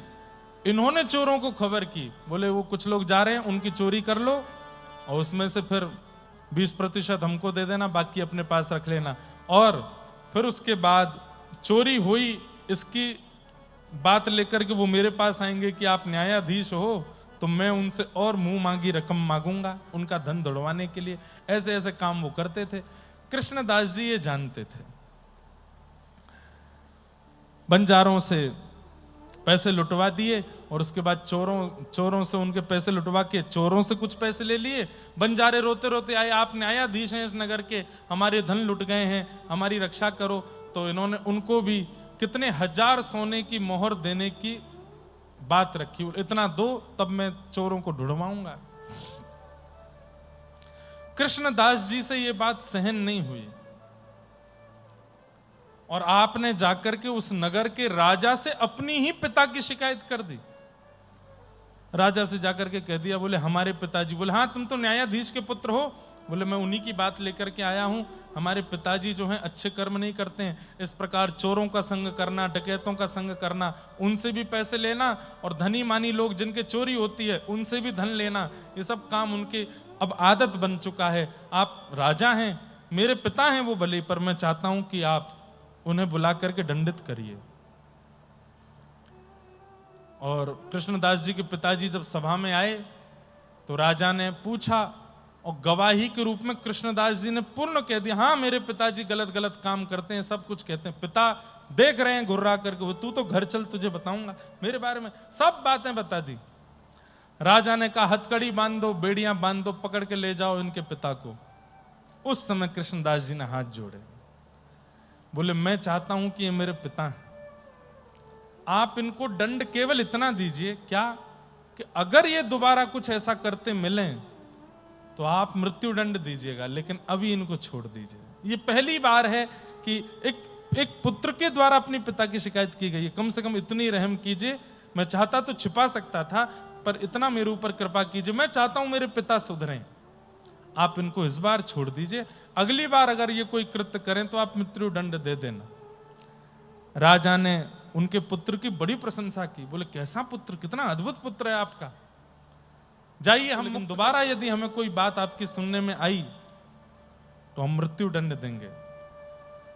कृष्णदास जी ने अपने पिता को प्रणाम किया। पिता बोले तू शत्रु है कि पुत्र पता नहीं चलता है। कृष्णदास बोले पिताजी हूं तो मैं पुत्र, लेकिन आपके व्यवहार का मैं शत्रु हूं, इसलिए मैं आपसे आज्ञा चाहता हूं, अब मैं घर नहीं रहूंगा, अब मैं जा रहा हूं, अब आप आगे का जीवन अपने आप देखिएगा, चाहे जो करिए, बस मैंने राजा के सामने आपको सुधरवाने का एक नियम, क्योंकि मैं जाने की सोच रहा था, पर मैं सोच रहा था ऐसा करके कुछ जाऊं कि आप सुधर जाओ, अब आप सुधर जाओ तो अच्छा है। और कृष्णदास जी उसी समय घर छोड़ करके निकल पड़े। कहां गए? तीर्थ यात्रा पर चले गए। तीर्थ यात्रा करते करते जैसे ही आप वृंदावन बोले उमापति महादेव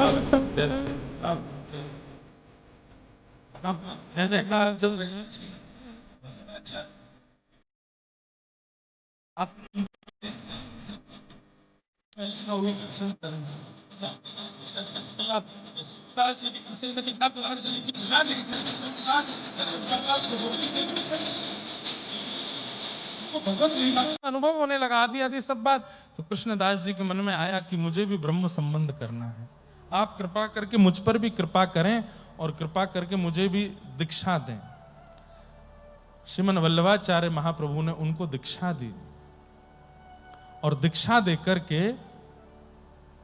कृष्णदास जी को गोवर्धन लेकर के गए और गोवर्धन ले जाकर के श्रीनाथ जी का प्रथम दर्शन उनको कराया।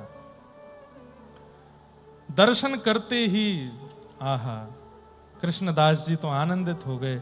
ऐसी सुंदर छवि देख करके कृष्णदास जी का मन रूपी मयूर नृत्य करने लगा, आनंदित हो गए। बलिहार बलिहार जाने लगे श्रीनाथ जी के मुखमंडल पर। और तब श्रीनाथ जी को देख करके आपने एक सुंदर पद की रचना करके गाया, ठाकुर जी के सन्मुख गाया।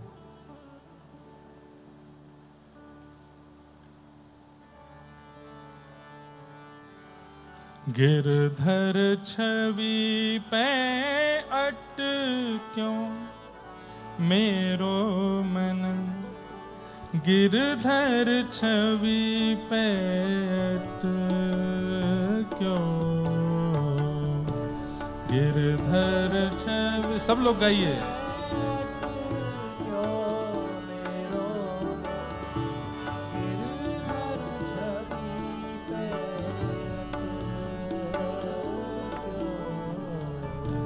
गिरधर छवि पे अट क्यों मेरो मन, गिरधर छवि पे अट क्यों, गिरधर छवि पे अट क्यों मेरो, गिरधर छवि पे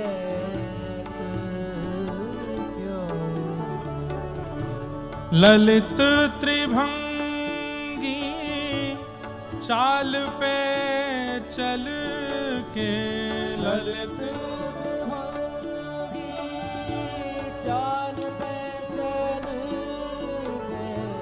ललित त्रिभंगी चाल पे चल के, चाल पे चल के, चिबुक चारु गड़ी ठट क्यों मेरो मन गिरधर छवि पे क्यों, गिरधर छवि पे क्यों मेरो मन गिरधर छवि पे क्यों। सजल श्याम घन वरण लीन है, सजल श्याम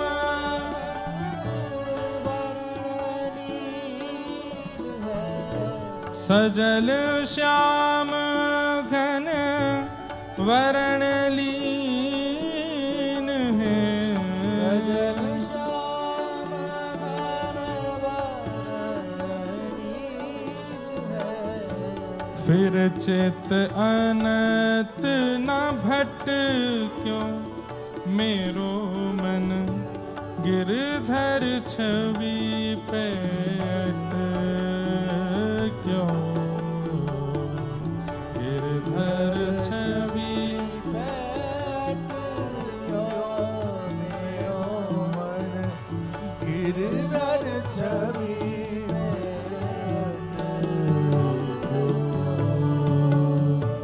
कृष्णदास किए प्राण न्यौछावर, कृष्णदास किए प्राण न्यौछावर, कृष्णदास किए प्राण न्यौछावर, कृष्णदास किए प्राण न्यौछावर।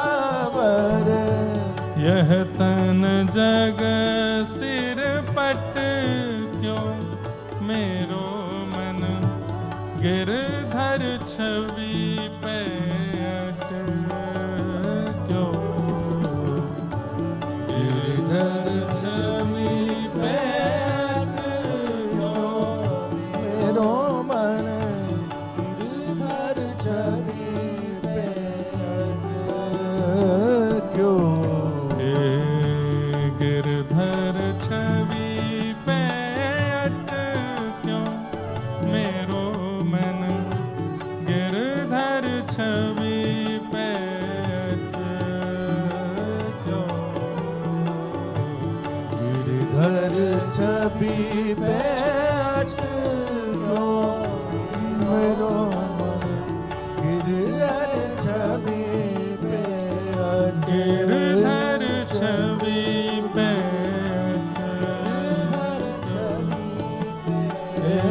गिरधर छवि पे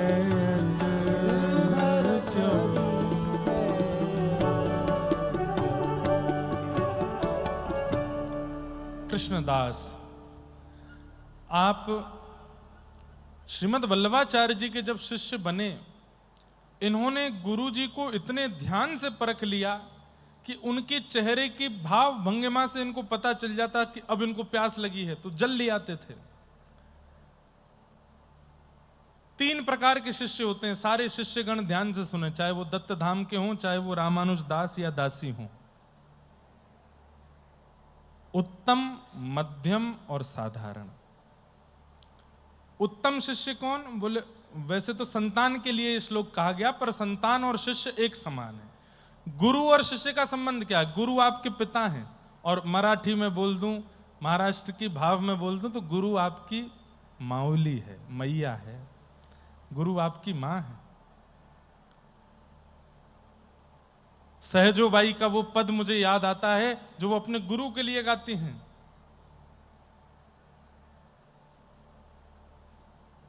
हम बालक तुम माई हमारी, हम बालक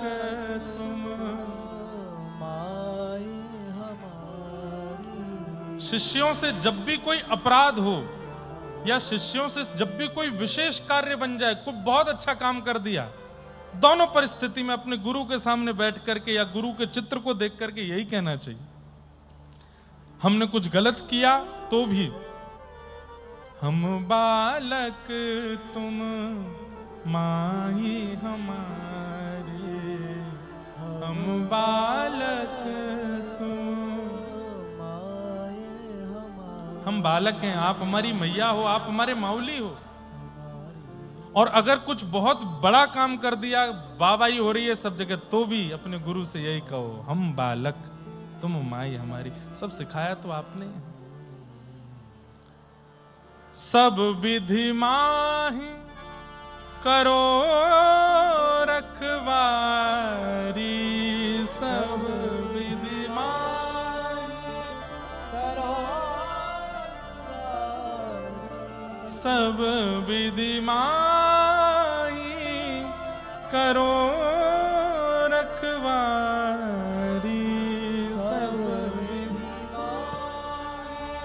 करो रखवारी, हम बालक तुम माई हमारी, हम बालक तुम। इतना प्रेम और इतने तत्पर हो गए अपने गुरु के लिए कि वल्लभाचार्य महाप्रभु कहां देख रहे हैं और कब किसको देख करके क्या कहने वाले हैं, यह कृष्णदास जी को पता होता था। महाप्रभु वल्लभाचार्य जी बैठ के प्रवचन कर रहे हैं और महाप्रभु जी के उठने की इच्छा हो गई कि अब उठना चाहिए। उससे पहले कृष्णदास जी उठ के बाहर व्यवस्था कर लेते थे, महाप्रभु जी आने वाले हैं। उत्तम शिष्य कौन?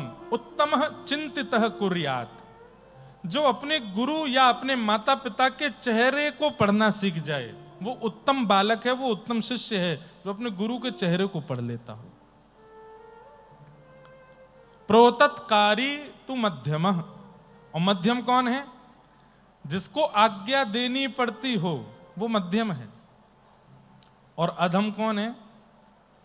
बोलते रहो गुरुजी, हमारे ऊपर कोई फर्क नहीं पड़ता, हम तो जैसे हैं वैसे ही रहेंगे, आप चाहे कितनी भी आज्ञा करते रहो, मौन रहो मौन रहो मौन, हम तो बोलेंगे। हमसे नहीं हुआ जाता मौन, हमसे नहीं किया जाता अनुष्ठान, हमसे नहीं हो रहे हैं जब। यहां की परिस्थिति में ऐसा ही है।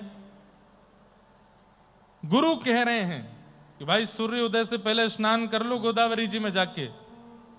उसका मतलब आपके देह के लिए नहीं कहा जा रहा है कि भाई जाड़ा लग रहा है, सर्दी लग रही है, गुरु जी ने भी क्या नियम बता दिया, अरे धूप निकले तब नहाए, ऐसा तो नियम हो नहीं। गुरु आज्ञा में इतना विश्वास रखिए, अगर गुरु जी ने यह कहा ना केवल यहां बैठ जाओ, तो ये समझ लो यहां बैठने पे ठाकुर जी मिल जाएंगे मुझे, क्योंकि गुरुदेव ने कहा है। इतना विश्वास गुरु आज्ञा पर होना चाहिए, तब वह आज्ञा फल देती है। नहीं तो करते रहो पालन, कोई फल नहीं मिलेगा, कुछ नहीं। गुरुदेव ने कहते लेट जाओ, लेटने को कहा है तो अब चाहे ब्रह्मा आ जाए मैं उठूंगा नहीं। आज्ञा पर दृढ़ हो जाए अगर शिष्य, तो गुरु आज्ञा, कोई मंत्र की आवश्यकता नहीं, कोई विधि की आवश्यकता नहीं, कोई विधान की आवश्यकता नहीं, गुरु आज्ञा इतनी सामर्थ्य दे देगा कि भगवत दर्शन हो जाए। श्रीमद् वल्लभाचार्य भगवान कृष्णदास जी के इस भाव से बड़े प्रसन्न हो गए और उन्होंने श्रीनाथ जी की सेवा में उनको अधिकारी नियुक्त कर दिया, मंदिर के अधिकारी बना दिया। आज भी श्रीनाथ जी में, नाथद द्वार में जो अधिकारी जी हैं, वहां पर कोई भी काम होता है तो आज भी जो मोहर लगती है वो 250-300 साल पुरानी कृष्णदास जी की ही मोहर लगती है, कृष्णदास अधिकारी की आज्ञा से। ऐसे अधिकारी बने श्रीनाथ जी के। महाराज जी, इनकी दृष्टि ऐसी थी कि ये कुछ भी देखते थे, चाहे जो दिख जाए, मानव दिख जाए, जीव दिख जाए, जंतु दिख जाए, वस्तु दिख जाए, व्यंजन दिख जाए, ये उस वस्तु को देख करके सोचते थे ये मेरे लाल जी पे कितनी बढ़िया जचेगी। चाहे कैसी भी स्थिति देखते थे, सबको ठाकुर जी से। एक बार आप दिल्ली गए थे, अकबर के पास किसी काम से, अधिकारी थे, सारी व्यवस्थाएं इनके हाथ में रहती थी, तो अकबर से मिलने के लिए जा रहे थे तो कहीं ढकेल पर जलेबी बन रही थी। अब सामान्य व्यक्ति का क्या होगा, जलेबी देख के उसके मुंह में पानी आएगा कि मुझे खाने को मिल जाए, पर इनके मन में क्या होता था, जलेबी देख करके मन में सोचते, मेरे ठाकुर जी को जलेबी का भोग लग जाता, कितना सुख मिलता, आज लाला बड़ो प्रसन्न है जातो, आज मेरो श्रीनाथ कितनो खुश है जातो, अगर वाकू जलेबी को भोग लग जातो तो। ढकेल पे खड़े खड़े देख रहे हैं, अब मन ललचा रहा है कृष्णदास जी का, पर गोवर्धन में लार टपक रही है ठाकुर जी के। दोनों ऐसे हो गए हैं कि ठाकुर जी के जो मन होता है वो कृष्णदास जी को अनुभव होने लग जाता है, मतलब मानो अपना जैसे मन दे दिया हो कृष्णदास को, ऐसा होता है। और हम कोई मुंह के सामने बोलने वाली बात नहीं कर रहे, हमारे दत्तदास जी महाराज के साथ हमको ऐसे ही लगता है, दत्त प्रभु का मन यही है, उनकी जो इच्छा होती है वो इनसे करवाते हैं। और बंधुओं यही उपलब्धि है भक्ति की, ठाकुर जी अपना मन दे देते हैं भक्त को। फिर आप जो करते हो वो आप नहीं चाह रहे हो, वो आप नहीं कर रहे हो, आपके ठाकुर चाह रहे हैं। कृष्णदास जी के सामने जलेबी रख दी गई, कृष्णदास जी बोले मेरे को खाने की इच्छा नहीं है, मुझे पाने की इच्छा नहीं। बोले आप टकटकी लगा के देख जो रहे हो, बोले मेरे मन में तो ये आ रही है कि ठाकुर जी के सामने सोने चांदी के परात में जलेबियां रखी होती, ऊपर तुलसी पधराई होती, और जलेबी पधराने के बाद जब मैं अपने लाला को देखता तो उसके मुख पर जो प्रसन्नता दिखती, वो देखने के लिए मैं आतुर हो रहा हूं, ये जलेबी का भोग उनको लगता। अब सोचिए, दिल्ली में कृष्णदास जी जलेबी देख रहे हैं और मन में सोच रहे हैं ठाकुर जी को भोग लग जाए। यहां गुसाई श्री विठलनाथ जी, आपने ठाकुर जी का राजभोग करा करके पूर्ण कर दिया। संध्या के समय पर जब कपाट दोबारा खोले, 12-1 बजे मंदिर बंद करके 4-4:30 बजे जब मंदिर खोला, तो क्या देखते हैं, श्रीनाथ जी के चारों तरफ पात्रों में जलेबियां ही जलेबियां धरी हैं, और एक जलेबी ठाकुर जी के हाथ में, ऊपर ऐसे भुजा पर हाथ में जलेबी लगी है, और मुखमंडल पर जलेबी की चाशनी लगी हुई है। विठलनाथ जी बोले, जय जय, आज जलेबी तो भरी नहीं, रसोई में जलेबी तो सिद्ध हुई नहीं, ये मंदिर में इतनी जलेबी कहां से आ गई, और ये मुंह पे इतनी चाशनी कैसे लग रही है। ठाकुर जी बोले मैं बताऊंगा तो इतना आनंद नहीं आएगा। कृष्णदास जी कहीं गए हैं अधिकारी जी? बोले हाँ वहां गए, दिल्ली गए। बोले जब आए तो उनसे पूछना, जलेबी की कोई चर्चा हुई थी क्या, ऐसे पूछना।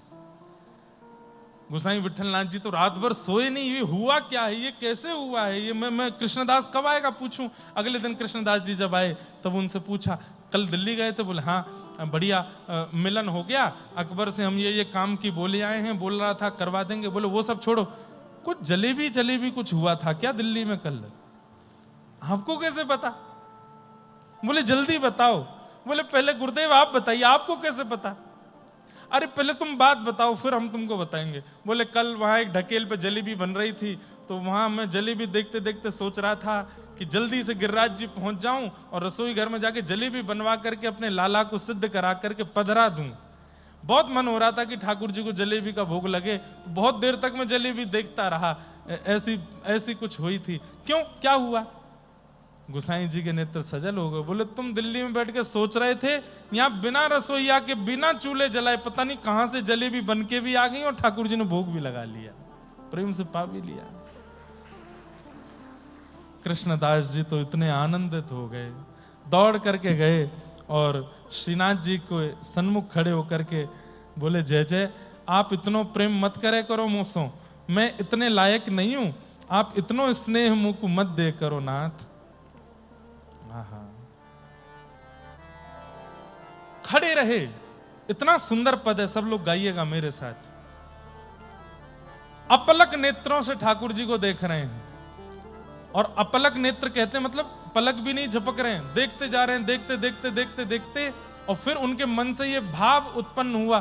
किसी ने मानो कहना चाहा होगा, अरे कृष्णदास जी बहुत देर हो गई, 2 घंटे से ठाकुर जी को देख रहे हो, चलो अब।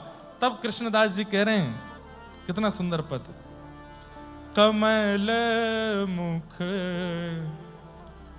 कौन देख ही अघाय, कमल मुख कौन देख ही अघाय। भाव समझ में आया? अघाय का मतलब, अरे इस कमल मुख को देख करके किसका मन भरता होगा? कमल मुख कौन देखत अघाय, कमल मुख।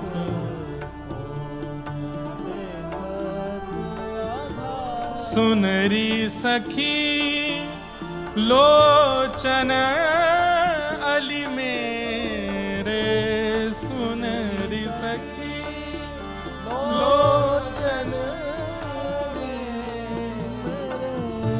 सुनरी सखी लोचन अरि मेरे, सुनरी सखी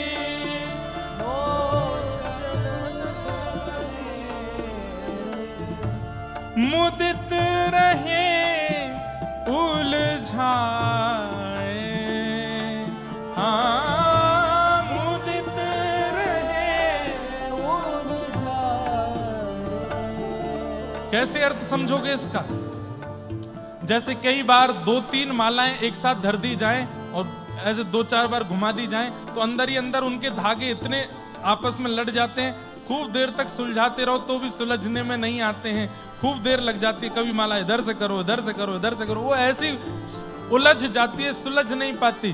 कृष्णदास जी कह रहे हैं, मैं तो चाहता हूं कि मैं बाहर जाऊं, पर इनको देखते ही मेरे नेत्र इनमें ऐसे उलझ जाते हैं कि मैं उसको सुलझाने में ही रह जाता हूं। कैसे?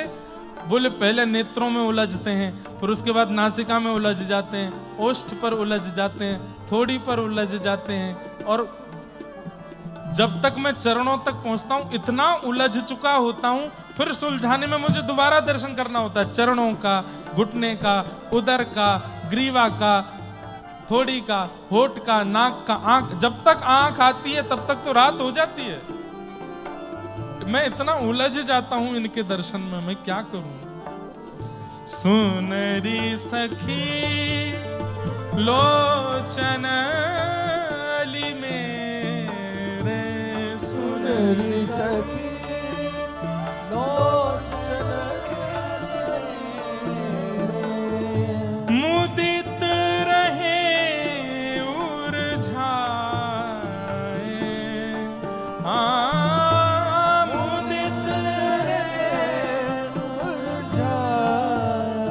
कमल मुख कौन देख ही अघाय, कमल मुख कौन देख ही अघाय, हे कमल मुख कौन देख ही अघाय, कमल मुख कौन देख अघाय। हे मुक्ता माल लाल उरु पर, मुक्ता माल लाल। जैसे महाराष्ट्र में नामदेव जी, तुकाराम जी, जनाबाई, चोखा मेला, गौरवा काका, सबके पद हैं, उनको अभंग कहा जाता है। ऐसे ये ब्रज के अष्ट सखा हैं, इनके ये पद हैं। जैसे यहाँ ठाकुर जी अभंग से रीझते हैं, ऐसी उत्तर भारत में इन पदों से रीझते हैं। इसलिए गाइए मेरे साथ। मुक्ता माल लाल उरु पर, मुक्ता माल लाल उरु पर, जनु फूली बन राय, हाँ जन फूली बन राय। हे गोवर्धन धर अंग अंग ऊपर, गोवर्धन धर अंग अंग ऊपर, गोवर्धन धरा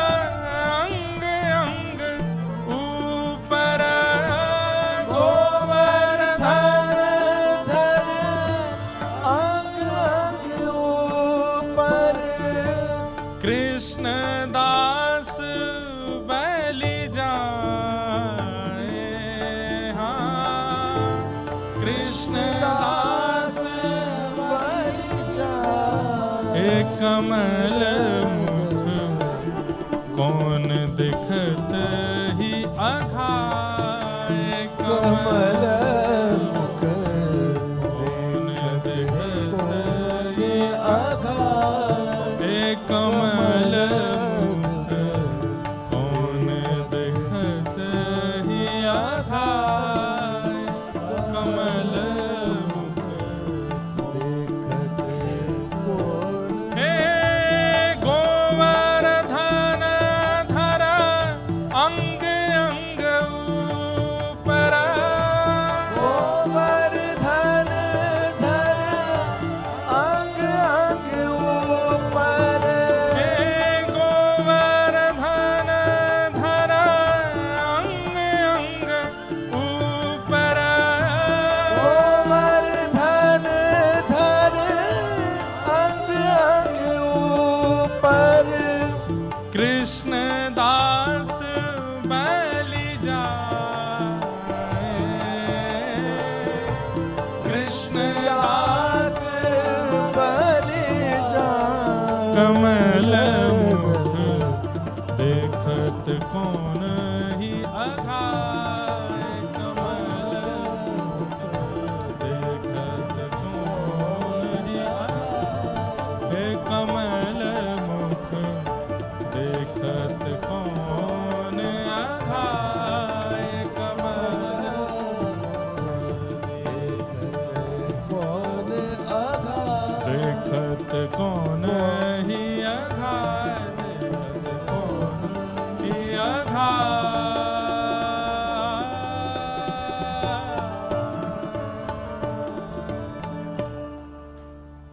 गोवर्धन धर अंग अंग ऊपर, कृष्ण दास बैली जाए, कमल मुख देखत कौन अघाए, कमल मुख देखत कौन इस प्रकार श्री कृष्णदास जी का ठाकुर जी से ऐसा प्रेम बढ़ गया।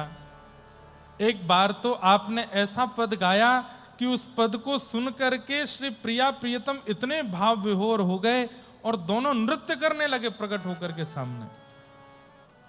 आहा, प्रिया प्रियतम दोनों नृत्य करने लगे।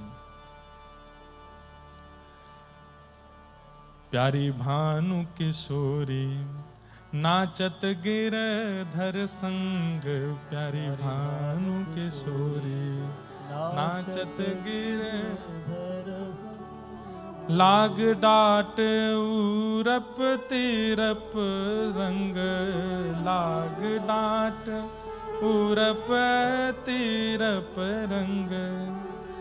राख्यो रंग सखी, राख्यो रंग सखी। वृषभानु किशोरी नाचत गिरधर संग, वृषभानु किशोरी नाचत। आप ये पद गा रहे थे, नेत्र बंद करके गा रहे थे, और थोड़ी देर बाद जब नेत्र खोल करके देखा तो कृष्णदास जी के सन्मुख ही रास हो रहा था। प्रिया प्रियतम प्रकट होकर के नृत्य कर रहे हैं और कृष्णदास जी देख करके बड़े आनंदित हो रहे थे। ऐसे श्री कृष्णदास जी, एक बार आप पर कृपा हुई, आप एक आगरा गए। ये कथा मैंने कई बार बहुत विस्तार से सुनाई है। आगरा में आप सब्जी मंडी से सब्जी लेने के लिए गए थे, तभी वहां एक वैश्या का स्वर आपको सुनाई दिया, नगर वैश्या। उसका स्वर सुनकर के आपके मन में आया, ये दुनिया को रिझाती है, अगर श्याम सुंदर को अपना गायन सुना दे तो श्याम सुंदर इससे कितने रिझ जाएंगे। और उस वैश्या को उस जमाने में 100 रुपए दिए। वैश्या बोली क्या करना है? बोले हमारे सेठ जी के सामने नाचना है। बोली तुम दास हो? बोले हाँ। क्या नाम है? बोले कृष्णदास। सेठ कौन है? श्रीनाथ। अच्छा, कहां के सेठ जी? बोले गोवर्धन के सेठ जी हैं। वैसे तो विश्व भर में इनका व्यापार है, तीनों लोकों में इनका व्यापार है, थोड़ा बहुत व्यापार वैकुंठ गोलोक धाम में भी इनका चलता है, पर आजकल गोवर्धन में विराजमान है। अच्छा, तुम्हारे सेठ जी का वैकुंठ में भी व्यापार है? हाँ, तुम ज्यादा बात मत करो, बस ये बताओ हमारे सेठ जी के आगे नाचोगी? बोले हाँ। 100 रुपए आप दे रहे हो, सेठ जी कितना देंगे? बोले इतना देंगे कि जीवन में फिर किसी के आगे नाचना नहीं पड़ेगा। अब तो वो वैश्या सुंदर श्रृंगार करके तैयार होकर के निकल पड़ी, गोवर्धन पहुंची। उसको क्या पता था मंदिर में नाचना है? वो तो बोली कोई सेठ जी होंगे। इतना सुंदर श्रृंगार करके गई, ऐसे लटके ऐसे झटके तैयार करके जाऊंगी, सेठ मुझ पर लट्टू हो जाएगा। उसको क्या पता था कि सेठ पर तू लट्टू हो जाएगी। सांवरियो है सेठ, सांवरियो है सेठ, मारी राधा जी सेठानी है, ये तो सारी दुनिया जाने रे, सांवरियो है सेठ। हमारे कृष्णदास, हमारे श्री राधा कृष्ण महाराज जी भी, ये भी कोई भक्त ही हैं। ऐसे ऐसे अद्भुत संकीर्तन दिए हैं पूरे भारत को, आज सब गा करके आनंदित होते हैं। हमारी रुचि तो ज्यादा पद गाने में होती है, लेकिन कभी कभी कोई ऐसा चटकदार गाना होता है तो हम उन्हीं के गाते हैं। वो नगर वैश्या सोचती जा रही है कोई सेठ होगा, ऐसे नाचूंगी, ऐसे गाऊंगी, ऐसे बाल घुमाऊंगी, मुझे देखता रह जाएगा, इतना पैसा लुटाएगा मुझ पर और खूब सारा धन उससे लेकर के आऊंगी, और फिर तो वो मेरा दीवाना हो जाएगा, फिर बार बार उसके पास जाया करूंगी नृत्य करने। कृष्णदास जी रास्ते भर सोचते जा रहे हैं, हे गिरधर लाल, जैसे कृपा पूतना पर करी, जैसे कृपा सुर्पणखा पर करी, जैसे कृपा सब दैत्यों पर करी, ये दैत्य तो नहीं है पर एक वैश्या है, इस पर कृपा करना। जैसे ही गई है, सामने जाकर के खड़ी हो गई। वहां पर कई लोगों ने इनका विरोध किया, लेकिन ये मंदिर के अधिकारी थे, इसलिए इनको कोई कुछ कह नहीं सकता था। मंदिर में वैश्या को ले जाके खड़ा कर दिया।